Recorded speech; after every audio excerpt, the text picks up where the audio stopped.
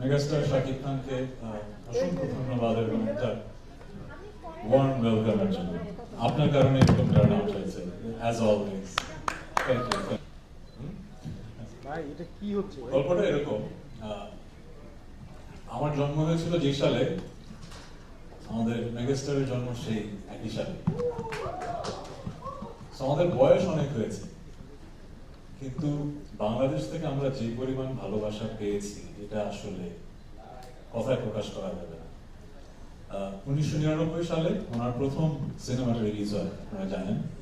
আমারও প্রথম ব্যান্ড ব্ল্যাকের আত্মপ্রকাশ 1999 সালে। প্রায় 2 দশকের বেশি সময় ধরে আমরা কিন্তু মানুষের ভালোবাসা পাচ্ছি।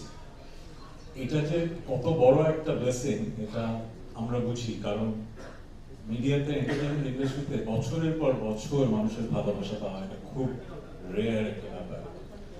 আমাদের কিন্তু দায়বদ্ধতা অনেক বেশি, আমাদের এই দেশের প্রতি মানুষের ভালোবাসা যেহেতু অনেক পেয়েছি,